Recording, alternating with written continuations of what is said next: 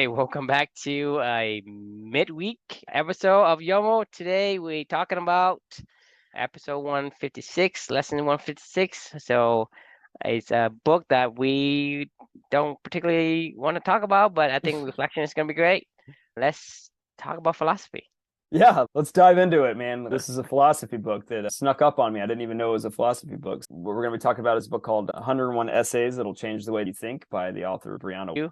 It did. The reflection title is this book did change the way I think in one important way. So, I started this. The book's a compilation of her published, of her philosophies on life, basically. So, pursuing purpose and embracing negative thinking, as you see in the description, seeing the wisdom in daily routine, becoming aware of cognitive biases, et cetera, et cetera. A lot of the stuff that we talk about, right? So it was interesting. I don't know. The title was provocative, and I actually didn't know what I was getting myself into when I started this book. So after about, I don't know, I started this reflection off by saying, if you followed along with this journey and our journey, that we've talked about a lot together, you'll notice a common trend of you and I, and me in particular, I would say, I think me more than you, and in a lot of ways, is I hate philosophers. And you say it way better than I do. Like, you don't hate philosophy, you hate philosophers. And that's true, because a lot of the stuff that we're talking about is our philosophy on life and our art of living, how we express our purposes and values and things like that. Don't get me wrong, somebody could call us a philosopher potentially, and I would do the Mufasa, but you could say that. I don't know what it is about philosophers. I'm not going to rehash it today, but just know, baseline, if you haven't tuned into any of our other episodes or read any of my other reflections, something about it just really grinds my gears. As soon as I know that I'm into a philosophy book, it's like my brain just shuts off. It turns to mush. Like, I don't know that I've ever read a single philosophy book from the philosopher that I remember a single thing from. I'm not even joking. I'm talking books like Meditations by Marcus Aurelius, or this book, Walden Pond, or whatever, Walden, I forget what it's called, the full title, like by Henry David Thoreau.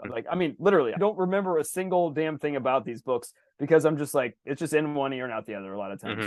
They don't tell stories. Like they're just it's just stream of consciousness talk, and there's no stories to it. It just drives me nuts. It just doesn't resonate. It's like if you have two and you take away one, you're left with one. Well, duh.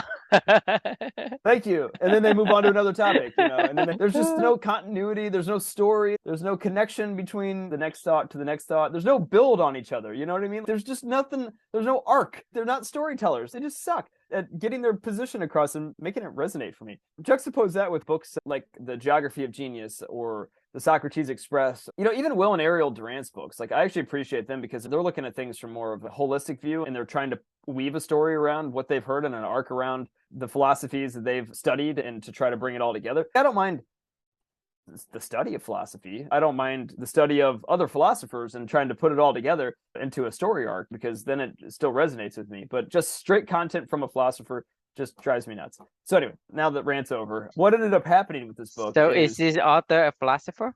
Yes. So what ended up happening with this book was I got unknowingly duped into a philosophy book, and I didn't know it. Like, I downloaded it, the title was provocative. I don't even know that I read the description. I was like, this sounds interesting. Like, I don't know what this is about, but I'll give it a go, And I was like maybe 7 essays into this thing, and I'm like, what am I reading? Like, I was like, what did I get myself into with this? And I was I was like, oh my God, I'm in a philosophy book. I mean, I'm not even joking. Like, there was a moment where I was like, oh no, this is a philosophy book. I was like, what did I get myself into? So immediately when I read this, because obviously when I think of philosophers, most of the time it's usually an old white man, right? Like, it's usually like Walden, or somebody wise, and who's trying to guide you to the world that you live. You're trying to swim in. And the thing is, philosophers, they take their philosophy and they thrust upon to you, say, hey, you need to take this road and you shall behave this way. Right. And if this attitude is what I don't like. Drives me Right? nuts. It's not the philosophy. Everybody has philosophies, right? The philosophy is the core values that which they believe in, which they live on, right? Turning them into words. That's fine, but not everybody. Just say, I'm a beaver. You say, hey, be like me, run fast, like be swift like the wind, like the cheetah. So the cheetah the philosopher cheetah tell me as a beaver, hey, why are you spending all your time in the little, fluid thingy that that is it's cold. I don't like it. You shouldn't be in there. That Right. be like me, be swift like wind. They be fast, be nimble, be flexible, be ferocious or whatever. Right? That's the philosophy. They're telling you how to be them. But the Right. thing is, my problem is I don't want to be you. I just want to be me. You're asking me as a beaver to be a cheetah, or be a sloth, or be We a, just talked a about this yesterday. lion. It's the love languages, right? It's the you can't come into me, and demand that I learn your language, like, because I have no context of where your language came from. I mean, if you're I, walking into my universe, like you're in my universe now, Grandma. It's like you need to talk to me. thing is, like I say, it's interesting to understand the cheetah's perspective, but Right. don't tell as a cheetah, don't Don't tell tell me to be a me cheetah. Yeah. to be a cheetah because Right. that's just silly. I don't have your skills. I cannot be you. That's the thing I have against philosophers is because if you have a philosophy of your own, you express them, but don't force it on anyone. If you do, then you are in the camp where I say, well, you need to stay away from me before I punch you. I could not agree more with what you're saying. Like, and I think you say it very eloquently too, because there's no context to any of where the philosophy came from. I mean, they're just telling you what their philosophy is, and like that's great. I appreciate the idea, but I don't get. I mean, even I could spend 10 hours with you, and I still don't understand where this came from. You just told me the outcome of where you're at right now with where your mind's at, and I don't know all the buildup as to how that got there. That's one of the reasons why I love this journey is you're going through it with us. We are talking about philosophy this entire time, right? The art of living, understanding ourselves, understanding how to turn your values into action and what that means and purpose and all this other stuff, right? But you're seeing the progression where that knowledge came from, what the lesson was that was learned, and then a story around each one of them, like a little mini sub story. You can see us building on this as we go, which is the beautiful thing for me of this journey. Like, we're definitely, if you just took one single snapshot and you tuned into one of these podcasts with us or something like that, and you were like, oh man, these guys are exactly what they're talking about right now, like, you would be missing the entire point, because it started at the beginning and then go all the way through this with us and see how each one of these builds on each other and where the background of all this is and the stories that go into make up where how to tie a lesson into a life, and how you're going to live it going forward, right? Like, I mean, there's so much more than we're doing than just philosophy in this, and what we're doing, in my opinion, which is why, once again, I wouldn't call us philosophers. We're more like explorers, we're just out there, on a quest, right? And we happen to be on the same quest together, and we don't know where we're going, but we know how we're going to get there. And we're going to leave some trail along the way, right? And people can follow along with that journey, which is cool, right? We were just recording our journeys, document what we see, what we learn, how we get from there to here, and we don't know shit, right? Right. I don't know shit, you don't know shit, and so I'm not going to tell you that my philosophy is a right one. I'm saying is I explore mine. This is how I do it. Maybe it'll give you some inspiration to find the way that you think your inspiration for yourself. That's the only thing I'm advocating. I'm not advocating to do exactly what I do. Don't take up my core value because it's my core value, it's not yours. Right. If it happens to align, great. If I'm a beaver and you're a fish and our core value is water, then yeah, great. Let's have fun together in the pond or whatever. Right. But I'm not expecting you to be a cheetah and say, hey, jump into the pond. It's about the pond, man. And you're Like, missing out on life. Life is yeah. about being in the pond, being freely swimming. To Right. me, that's absurd from the perspective of the cheetah looking in and say, "What the hell are you talking about? You're one crazy dudes." Right. Yeah. Right? Philosophy is your opinion, is your perspectives on Right. life, It's your paradigm. Yeah. your foundation, your paradigm, Yeah. your map. Right. That's Right. that's what, and everybody has it.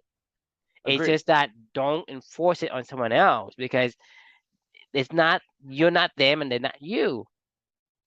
Right. Well, hang on. We'll put a pin on that one because that goes into my one big thing that I learned from this. So back to the story of this book, right? So I'm like a quarter of the way through it and I realize, I'm in a philosophy book. Like, for some weird reason, like I said, the name Brianna Wiest, like, I don't know who she is. When I realized I was in a philosophy book, I was like, this isn't Rousseau. This isn't Thoreau. This isn't Voltaire. This isn't Socrates or Plato, somebody that I just immediately am going to be like, oh yeah, no, I know. So I at least knew what I was getting into going into this. This was a name, Brianna Wiest, and I'm like, I don't know who this is. So I immediately, if I'm going to listen to somebody's philosophy, I was like, I at least want to know a little bit more about him. So I Googled her, right? Mm-hmm. And what I found out was she's 27 years old. And I go, was like, how the, and this is when my brain got really fucked up. I was like, how the fuck is a 27-year-old going to write a book about philosophy, about the art of living when you're 27? Like, what do you know when you're 27 years old, right? And this is when it got bad for me, though, because I was like, I just couldn't I get that mean, thought in my head. life is like a box of chocolates. You never know what you're gonna I get. agree. Let me get to my, I got to get you through to my lesson, my one big lesson that I learned in this book, because it took me a while to get there.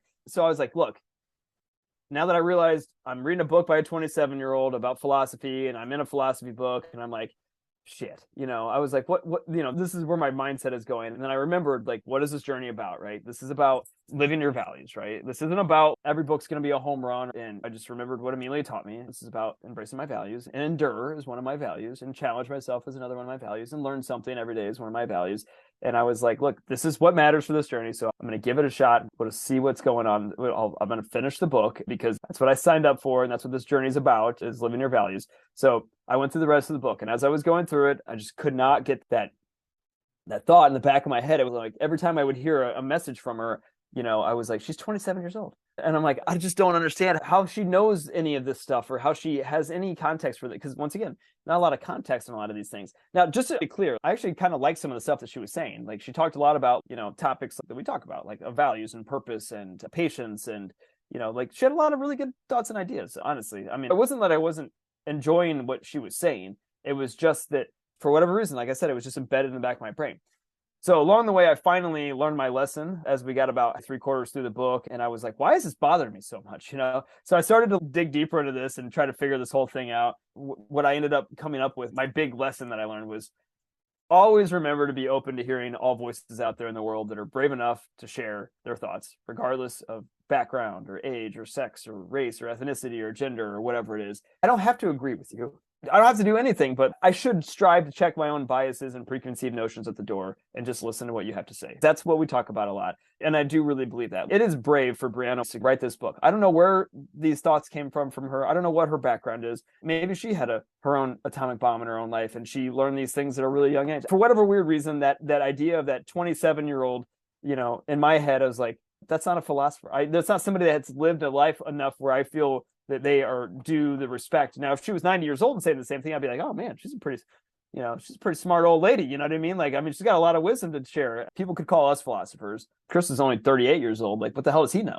And to be fair, that's a totally valid challenge, right? But also, if you follow along with any of this whole journey, you'll understand where a lot of this stuff is coming from, because there's a lot more context behind a lot of everything. And that's the important part about all this stuff, right? Is like, if somebody's willing to go explore their thoughts and share those thoughts with this world, like, I am happy to go take the ride with them. And I apologize to Brianna Wiest if she ever reads this or hears this, or whatever it may be, because like, it took me an entire almost book of listening to her thoughts before this clicked in my own head, of the corollaries to what we're trying to do as well. And, I appreciate her bravery for sharing her thoughts. And if somebody else wants to as well, I will always listen, because that's what we're here for. We're here to learn, and we're here to listen. And we're here to be open. If you're willing to share, I'm here to listen. So that was the one big thing that changed the way that I thought that I learned from Brianna's book. So anyway, I'll cede the floor, and I'd love to get your. So I think maybe I want to talk about the philosophy in general. I don't care if you're the freaking emperor of Rome. I don't care if you're 1,000 years old. I don't care if you're 1 year old. Right. If the philosophy that you profess makes sense to me, then it has value to me. So whether Brianna Wiest is 20 years old, 27 years old, 30 years old, 100 years old, I don't care. As long as if her message is something of benefit to you, then that's what you should consume, regardless of whether or not she is a young person, an old person. A person can be 100 years old, but no shit compared to somebody. What are they saying? You either have 20 years of experience, or you have 1 year of experience repeated 20 times. There's a big difference. So a person can do the same stupid shit for 100 times every year for 100 years, and you still have a shitty philosophy. Or you can take that philosophy and you learn and make progress in 3 years. A 3 years person will outvalue the person with 1 year but repeated 100 times.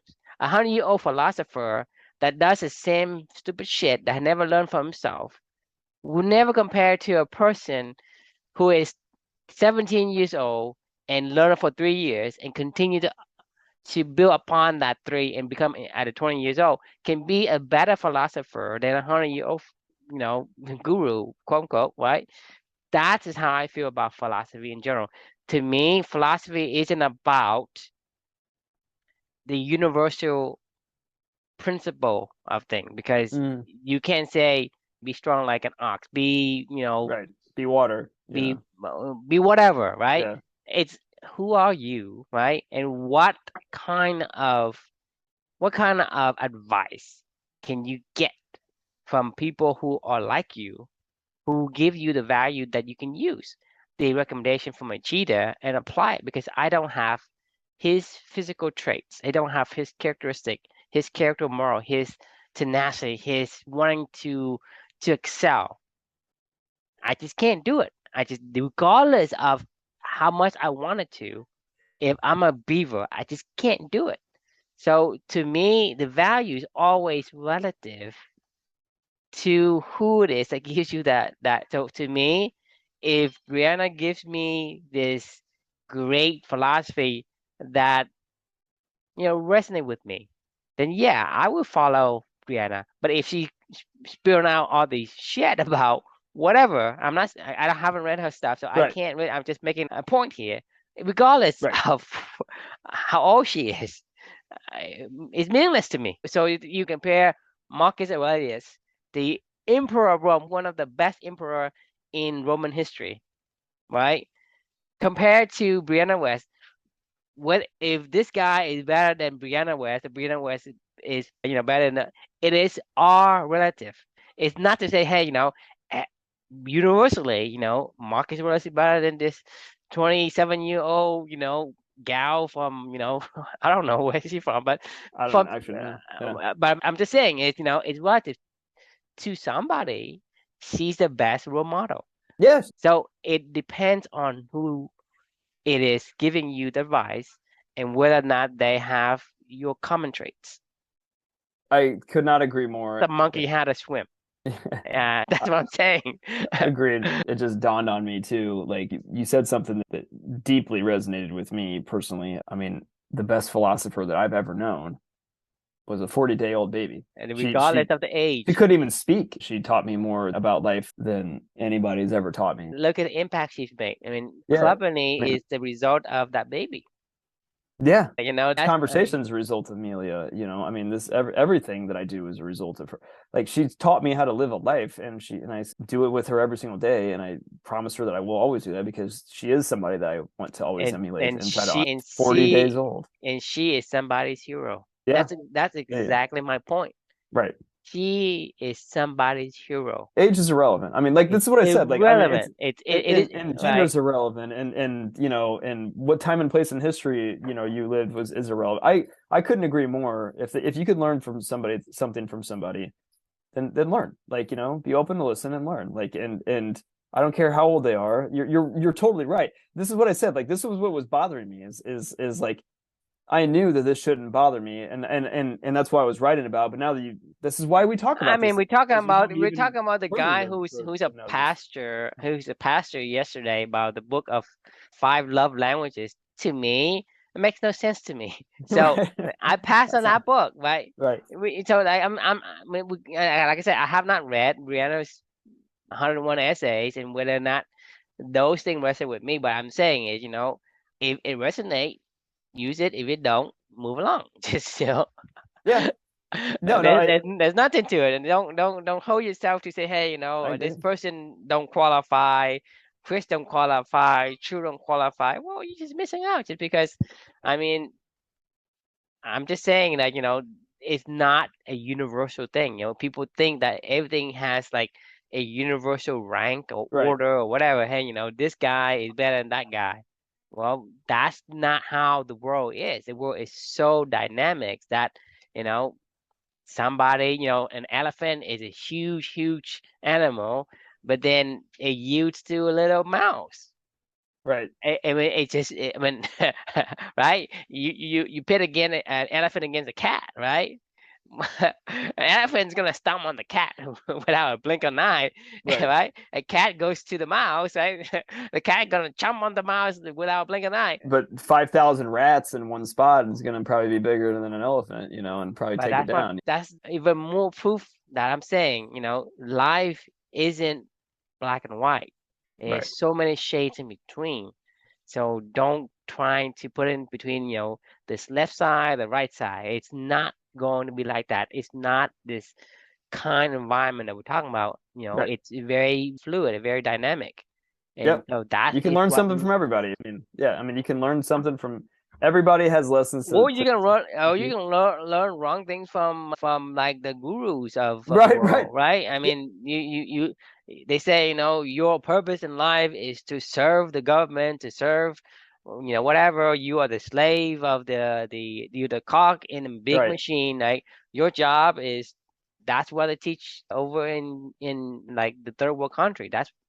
I mean, talking about like Korea, talking about not like North Korea, talking about China. That's what they're being taught. You are to be the slave, and these are the prophets or whatever. They taught you that's the way to live your life. You give up yourself to this greater cause, right? And they telling you that's when if you say, well, these are the great philosophers and these are great wisdom of our generations. You listen to them, your life is whatever you made of it. I mean, like I say, it's not to say that a young person can teach you something.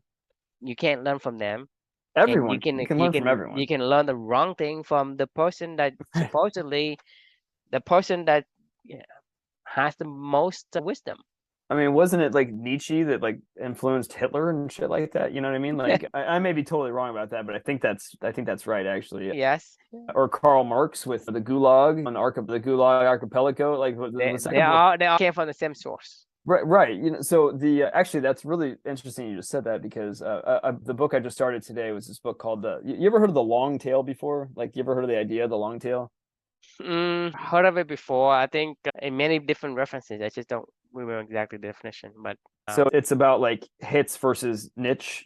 So it's like, the hits are the big portion of the head, but like as you go, the long tail is like all the little singles and doubles. And like if you're looking at like music, yeah, Michael Jackson may sell, you know, 10 million albums in a year, but like if you just added up all the albums and all the music and all the content mhm. out there, the long tail is actually way more than totality. Versus one individual one is maybe only onesie twosie 3 or 4 songs or CDs are sold or whatever it may be, right? Or Spotify, music played or whatever it may Right, be. But the long tail adds up to way more, and it's infinite. The tail is infinite. Like, there's always going to be content for somebody. The reason why I was bringing that up is philosophy in a lot of ways is like the long tail. There's a lot of hits. There's a lot of big names. There's a lot of Nietzsche's and Rousseau's and Socrates and Plato's, and right, like, and people that have impacted a lot of people throughout the centuries. Well, today the long tail exists. There's dudes like Adam Grant and Simon Sinek and Brianna Wiest and us, and everybody has a platform now to talk about their philosophy and to share their way of living with the world. And it's infinite almost, right? Like every single person has a philosophy and they have a platform to go share that on. So when we talk about philosophers and why we hate philosophers so much, it's because there's like 10 of them that we've talked about for forever. You know what I mean? And we study them in school and they are the hits. If you have a TV show back in the 50s, you only got to watch 2 TV shows, right? So it dominated the mainstream culture, right? But the long tail of obviously content on television and music and every other, medium is way more massive out there in this world. So like this is like Brianna is a great example of the long tail, right? Like she got filtered up to me because of probably stuff that I was clicking on Amazon, and that's how I saw this. And I was like, oh, that sounds interesting. I ended up buying her book, and maybe when we turn this into a book someday, maybe only 2 people ever see it. But we're one person, we're 2 people out there in the world that somebody bought our book, right? And they were impacted by the words that we had. You have the smorgasbord from philosophies all over the world now to go choose from, which is pretty cool. Like, once again, it goes back to what you were saying. Like, if somebody's willing to share their thoughts, like, listen, like they may be totally wrong, and you may be a cheetah talking to a I mean, leopard I or mean right. that you're gonna have to judge for yourself whether or not something it is gonna resonate with you or not. Don't hold these dogma, whatever society have dictated to you. Hey, a philosopher should be an old guy, that we white study in college, beard, you know. Yeah. right? Right. If you are going to take that and filter out all of, say, hey, just like, we were talking about the other day, if you go and say, well, these are the requirements for you to talk to me, right? Right. And if you don't meet this requirement, you're not gonna get talk to me. Well, You're guess not going to what? talk to anybody. You're not gonna talk to anyone. Right. That's what I'm saying. It is to be flexible in your requirements for considerations. But once you go into the considerations and evaluate the context of whatever that is does it resonate with you, and take that and decide, right? You decide more because it's like a Bayesian decision, right? You make a decision with what data you have. When more data comes in, you retry the decision because there's more data now. You should make more accurate decision. So you retry your decision.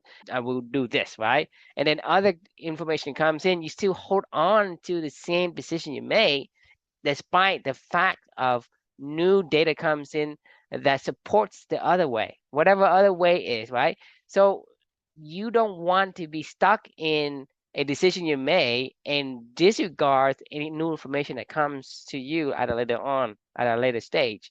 Be flexible with your requirement, but allow yourself to readjust your decisions Right. as you go. Because if you say, okay, Brianna Wiest, I don't know who she is. She's not an old white guy, old dude with Right. white beard, but I'm not gonna stop me from checking her book out. If her Right. book resonates with me, then I pick it up. If it does, then say, well, maybe for another type of person, maybe it's some kind of bee or some kind of dragonfly or whatever. Right. And It resonates with somebody. I mean, right, I like it right. resonates. If I'm a beaver and they're talking about dragonfly or whatever, well, that's not a book for me, and I move Right. on and find a beaver book. Or it's okay to listen to a book about a cheetah and then figure out how you can apply that to your beaver life. You know what I mean? Like you can do that as well. Like you can read a book about longtail and we can go apply it to meaningful work and meaningful relationships and values. I already have my reflection. I already have my reflection in mind that I want to write about because I had this epiphany moment, as I was learning about it, and I was like, fuck. Like think about the short tail. I mean the fat tail, the fat end of the hits. You got these businesses that they of values, right? Like they're like, we're gonna dominate your values. This is we know that we're like Salesforce or something like that. These are your values. And you're like, wait a minute, you got 70,000 employees that work here. There's a whole lot of values that might resonate with other people. You don't take advantage of that. There's billions and billions of people with their own unique values all over this world. There's a long tail of values to be had, like, yes, Salesforce may dominate 70,000 people or whatever, and their values may dominate in this world in certain areas or a particular culture or a business or like Apple or something like that. Like those are the hits, sure. But there's so many other people and so many other values and so many other, the long tail of values is impactful. I mean, so like have a platform to be able to support that, right? Like, I mean, that's exactly what we're trying to do is bring out all those other, that's how Amazon became Amazon, right? They were like, well, there's a lot of books out there. Like, let's show everybody everything. I don't care if they only sell one or two of them. Like, it doesn't cost us anything to put them out there. What if we put out everybody's values onto our company platform and it doesn't cost us anything to let people try to build their own cultures out of it. And then all of a sudden, maybe people resonate with a particular value set and like a culture starts to build up and you have a hit, but maybe just a few people resonate with somebody else's values out there or something like that. It doesn't matter. It's irrelevant. Like if somebody resonates, like that's what matters, right? Right. You want to self-organize. You don't want to organize yourself. You don't want to categorize things, right? Let Right. them self-organize. Just you think about it. You put all the values out there. The common value will attract the other common values, and the one Sure. that's gonna, are the opposite is gonna repel. And so you're gonna see groups forming by selection, not Yeah. by somebody say, hey, you know what? I think this, these people should be Innovate, there. trust, Oh, customer you should, success, and this, yeah, yeah. yeah. So Right. no, no, somebody doing that. If you do that, you're wrong. Let them self-organize. Put them out Exactly. there, and they're organized, and that is the natural way to categorize things versus just arbitrarily decide whether this is right, this is wrong, should this be allowed to be posted, should not be allowed to be posted, blah blah, a bunch of BS in my opinion, I right? agree.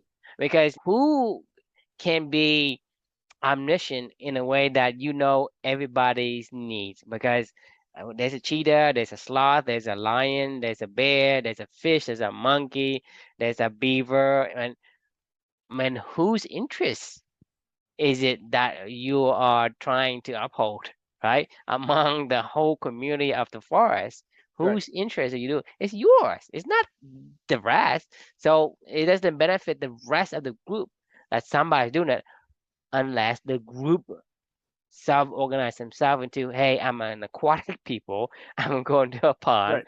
I'm more of a tree kind of people. Cultures, like, you know, Build their and own yeah, culture. yeah. And then you have cultural capitalism. Like, then you can have, you know, like certain and people investing into that cult. They're like, man, they got something going on there. There's a lot of people I mean, that are pond people, you you're know. talking about like in animals, right? A lot of the ground animals rely on the birds to tell them when dangers are coming because the bird will Right. fly, right? They will look up, hey, the birds are flying. Those birds are basically the watchers, right? And those are the scouts of the jungle world. And those we call the culture capitalists. You know, they have their own culture, but their culture provides a benefit to the other cultures. Right. And so these are the benefit you can you know, I guess, interchange from culture to culture, but let them organize themselves into the groups that make sense to them.